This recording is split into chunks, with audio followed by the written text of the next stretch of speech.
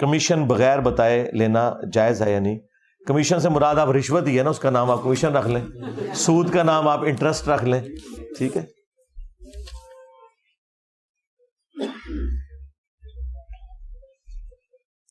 جہاں بھی کاروبار میں غرر یا دھوکہ آ گیا نا، جہاں بیچنے والے اور خریدنے والے کے درمیان چیزیں کلیئر نہیں ہیں، تو ظاہر ہے وہ چیزیں آپ کو حرام میں مبتلا کریں گی. صحابہ کرام کے باہمی اختلافات پر ہمیں کیا طرز عمل اختیار کرنا چاہیے؟ ہمیں یہ طرز عمل اختیار کرنا چاہیے کہ نبی الاسلام نے جس کے بارے میں فرمایا کہ وہ حق پر ہے اسے حق پر مانے، اور جس کے بارے میں فرمایا کہ وہ حق سے ہٹا ہوا ہے اسے حق سے ہٹا ہوا مانے. باقی تمام صحابہ کرام جنہوں نے نبی الاسلام کو ایک دفعہ بھی دیکھا، کلمہ پڑھا، ان کے کلمے کا آپ نے احترام کرنا ہے، باقی ان کی غلطیاں اور اللہ کے سپرد. ہاں، صرف اتنا آپ کلام کر سکتے ہیں جو نبی الاسلام نے خود فرمایا ہوا ہے، اس میں آگے کوئی ایڈ کرنے کی ضرورت نہیں ہے. فارکس ٹریڈنگ میں جو شارٹ سیلنگ ہوتی ہے، سلیکٹنگ لکھا ہوا ہے،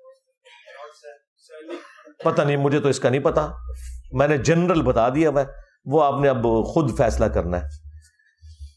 اور جنرل میں نے یہ بتایا ہوا ہے کہ دھوکہ نہیں ہونا چاہیے، پروڈکٹ فزیکلی ایگزسٹ کرنی چاہیے جس کا آپ کاروبار کر رہے ہیں.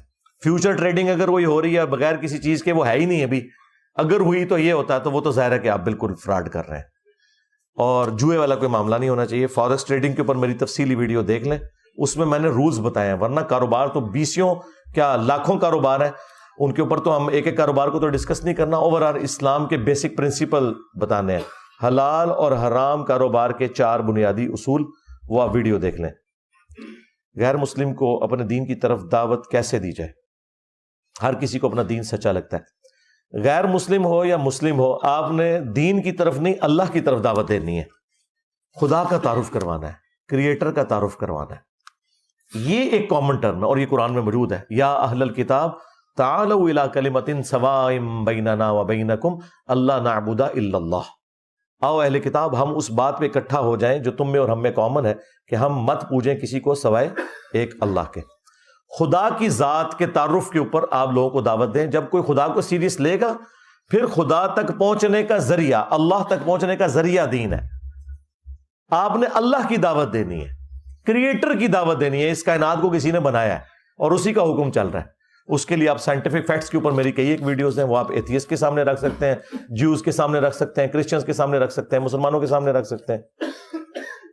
اگر مجبوراً جوائنٹ فیملی سسٹم میں رہنا پڑے تو ایسی صورت میں والدہ اور بیوی کے حقوق کیسے ادا کیے جائیں؟ امپاسبل ہے جی. صبر شکر کر کے وقت گزاریں. جس بالغ شخص نے جان بوجھ کر کسی وجہ سے شادی نہیں کی تو اس کا جنازہ حرام ہوتا ہے؟ ہاں، اگر وہ شادی نہیں کر رہا اس کا جنازہ تو حرام ہو گیا، اور جو نماز ہی نہیں پڑھتا اس کا حلال ہوتا ہے. آج تک یہ تو کسی نے پرچی نہیں لکھی. یہ ساری جذباتی باتیں. جنازہ تو پڑھیں گے آپ اس کا، کیوں نہیں پڑھیں گے؟ قرآن میں عورت کو جو مارنے کا حکم ہے، اس کو کس طرح غیر مسلم یا ماڈرن مسلمانوں کو سمجھایا جائے؟ کوئی ضرورت نہیں، نہ کسی غیر مسلم کو سمجھانے کی، نہ ماڈرن مسلمان کو سمجھانے کی. اس کی وجہ یہ ہے کہ اس طرح کے لوگوں سے ہمارا مسئلہ شریعت کے احکامات نہیں ہے، خدا کی ذات ہے. ہاں، اگر کوئی خدا کی ذات کو مانتا ہے پھر خدا کی ول کو وہ مانے گا. ول آپ کی نہیں چلے گی. ورنہ اگر آپ مجھ سے پوچھیں، میں تو پھر اس قسم کا ماڈل کوئی آئیڈیل سمجھوں گا اپنے زوم میں کہ پریگنینسی کی تکلیف ایک بچے کے لیے باپ کاٹے اور ایک کے لیے ماں کاٹے، تو ٹائم قیامت تک جائے ایک کر کے دسو. ہم اپنے معاملات میں خدا کی ول سے باہر نہیں نکل سکتے، اور یہ قرآن میں لکھا ہے لا یسأل عما یفعل وہم یسألون. اللہ کو کوئی نہیں پوچھ سکتا اس نے فلاں حکم کیوں دیا، وہ سب کو پوچھ سکتا ہے.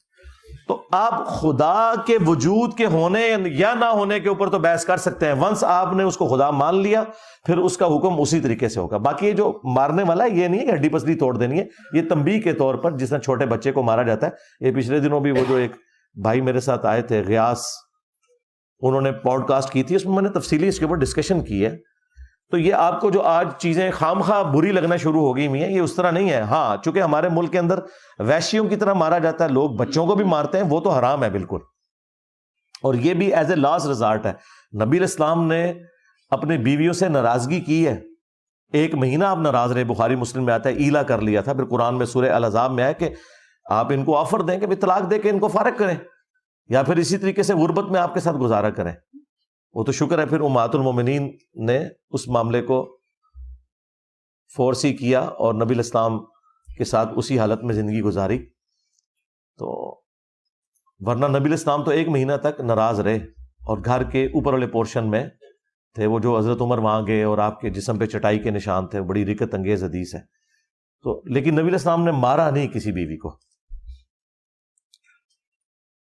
جب سعودی اور پاکستان میں 1 روزہ آگے ہوتا ہے تو ہم رمضان سے پہلے عمرہ کے لیے جائیں اور عید سے پہلے پاکستان واپس آ جائیں تو 30 روزے بنتے ہیں، ہمارے 31 روزے ہو جائیں گے۔ 31 تو آپ نے کرنے نہیں، کیونکہ قرآن میں واضح حکم ہے کہ روزوں کی گنتی پوری کرنی ہے، اور جو چھوٹ جائیں تو بعد کے دنوں میں گنتی پوری کرو۔ گنتی کے اوپر اتنا زور ہے سورہ البقرہ کے اندر۔ تو گنتی یہ ہے کہ بخاری مسلم میں حدیث ہے کہ چاند کا مہینہ یا 29 کا ہوتا ہے یا 30 کا، تو جس نے 30 روزے رکھ لیے اس کی گنتی پوری ہو گئی۔ اب جب وہ پاکستان آتا ہے اور اس کو ایک فالتو روزہ ملتا ہے اگر 31واں، تو وہ نہیں رکھے گا، لیکن اس دن عید بھی نہیں کرے گا۔ عید وہ ادھر کے مسلمانوں کے ساتھ کرے گا، البتہ لوگوں کے سامنے کھائے پیے نا، ویسے وہ کھا پی سکتا ہے کیونکہ وہ گنتی پوری کر چکا ہے۔ لیکن اگر سعودیہ میں وہ 29 رکھ کے آیا تھا اور وہاں 29 کے بعد عید ہو گئی اور یہاں 30 ہو رہے ہیں، تو پھر آپ یہاں 30 پورے کریں گے۔ جہاں ہے آپ نے وہاں گنتی پوری کرنی ہے، 30 سے زیادہ کی گنتی نہیں ہوتی۔ میت کو صدقے کا ثواب ملتا ہے، اگر صدقہ تمام مسلمانوں کی غرض سے کریں تو کیا سب کو علیحدہ علیحدہ ثواب ملے گا؟ انشاءاللہ اللہ سے امید ہے ضرور ملے گا۔ البتہ ایک چیز تو آپ نے کرنی ہے، ربنا اغفر لنا ولاخواننا الذین سبقونا بالایمان۔ اہل ایمان کی نشانی ہے کہ وہ جو ایمان کی حالت میں پہلے مسلمان گزر چکے ان کے لیے دعا کرتے ہیں۔ یہ مرے ہوئے مسلمان کا حق ہے کہ آپ اس کے لیے دعا کریں۔ بخاری مسلم میں حدیث ہے مسلمان کے مسلمان پہ 5 حق ہیں، ان میں سے ایک یہ ہے کہ جب وہ مر جائے گا آپ نے اس کا جنازہ پڑھنا ہے، اور پھر بعد میں بھی دعائیں کرنی ہے۔ مسلم شریف میں دعا ہے السلام علیکم اہل الدیار من المؤمنین والمسلمین۔ ابو داؤد میں ہے کہ جب بھائی کو دفناؤ تو قبر پہ کھڑے ہو کر قبر کے سوالات کی استقامت کے لیے دعا کرو۔ لہذا یہ جو انہوں نے محاورہ مشہور کر دیا نا کہ مر گئے مردود، نہ فاتحہ نہ درود، بھئی یہ تو کسی کا عقیدہ نہیں ہے۔ مرے ہوئے بندے کے لیے آپ نے دعا کرنی ہے، اس کی طرف سے صدقہ اور خیرات کرنا ہے، سب کچھ کرنا ہے۔ لیکن اگر آپ یہ کہتے ہیں کہ جمعراتیں بنا کے مولویوں کے پیٹ بھرنے ہیں، تو بھئی یہ تو کوئی نہیں ہے۔ نبی علیہ السلام کی 3 بیٹیاں فوت ہوئی ہیں، آپ نے کسی کی جمعرات نہیں دلوائی، کسی کا مزار نہیں بنوایا، اور وہ جوان شادی شدہ۔ تو نبی علیہ السلام کے طریقے پہ چلنا ہے نا، انڈیا پاکستان کے بابوں کے طریقے پہ تو نہیں چلنا۔ یہ تو روٹی روزی کے چلانے کا ان کا سلسلہ تھا۔ ہم آپ کو سنتے ہیں اور ہمارے والدین ہمیں آپ کو سننے سے منع کرتے ہیں، تو کیا یہ نافرمانی ہے؟ بھئی آپ کے ماں باپ تو خود اللہ رسول کے نافرمان ہیں، تو جن کا اپنا سٹیٹس یہ ہے کہ جن کو نہ اللہ کا پتہ نہ رسول کا پتہ، سب سے بڑی غداری انہوں نے آپ کے ساتھ یہ کی انجانے یا جان بوجھ کے کہ آپ کو انہوں نے اللہ کا تعارف ہی نہیں کروایا۔ خود تو چلے نہیں تھا، آپ کو تو کرواتے ہیں، آپ کو نہیں بتایا قرآن میں کیا لکھا ہوا ہے۔ ہم کب کہتے ہیں کہ آپ ہمیں سنیں؟ ہم کہتے ہیں کہ ہم جو ریفرنس دے رہے ہیں وہ آپ دیکھیں، اور اس کے بعد اگر آپ کو کوئی مسئلہ ہے تو آپ قرآن و سنت خود پڑھیں۔ انشاءاللہ آپ کے ماں باپ پھر بھی آپ کے دشمن ہو جائیں گے، کیونکہ وہ شیطان کے ایجنٹ بنے ہوئے ہیں۔ ہاں، شیطان کے ایجنٹ بنے ہوئے ہیں۔ ان کے لیے دعا کریں کہ اللہ تعالیٰ شیطان کے چنگل سے انہیں نکالے۔ ہاں، اب آپ کو صحابہ کرام کی قدر آئے گی کہ انہوں نے تو پورا اپنا ریلیجن ہی چینج کیا تھا، کس تکلیف سے وہ گزرے ہوں گے۔ آپ تو صرف ان کے ساتھ رہتے ہوئے اسی اسلام کے اندر صرف چند باتوں پہ اختلاف کرتے ہیں اور ان کی تیکھی باتیں نہیں سن سک رہے۔ صحابہ کرام کو تو یہ تکلیف اٹھانی پڑی کہ غزوہ بدر میں ادھر باپ کھڑا ادھر بیٹا کھڑا ہے۔ وہ آپ نے عمر سیریز میں دیکھا، یقین کریں وہ سین دیکھا نہیں جاتا کہ اب باپ کے مرنے کے اوپر اللہ اکبر کا نعرہ وہ بلند کرے یا روئے، کیا کرے، جبکہ یہ بھی پتا ہے کہ اب یہ ہمیشہ کی جہنم میں چلا گیا۔ خالی مرنے پہ بھی صبر آ جاتا۔ ہاں، اس لیے وہ آپ نے وہ سین دیکھا ہے جب ابو سفیان رضی اللہ تعالیٰ عنہ کلمہ پڑھ لیتے ہیں اینڈ پہ، اور ہند کے پاس آتے ہیں اپنی بیوی کے پاس اور اسے کہتے ہیں کہ واللہ وہ اللہ کے رسول ہیں، کیونکہ اللہ نے ان کو غلبہ دے دیا ہے۔ تو وہ پھر چیختی ہے، کیونکہ پوری زندگی اس نے یہ قسمیں کھائی ہوتی ہیں کہ میں نے اپنے باپ کے قتل کا بدلہ اور بھائیوں کے قتل کا بدلہ لینا ہے محمد سے، نعوذ باللہ صلی اللہ علیہ وسلم۔ تو وہ پھر روتی ہے کہ، اور پھر وہ کہتی ہے کہ میں اب مجھے نہیں سمجھ آ رہی کہ میں اس بات پہ روؤں کہ میں نے اپنے باپ اور بھائیوں کا بدلہ نہیں لے سکی، یا اس بات پہ روؤں کہ وہ مرنے کے بعد جہنم کی آگ میں ہے؟ تو یہ چیز ہے. دعا کریں جی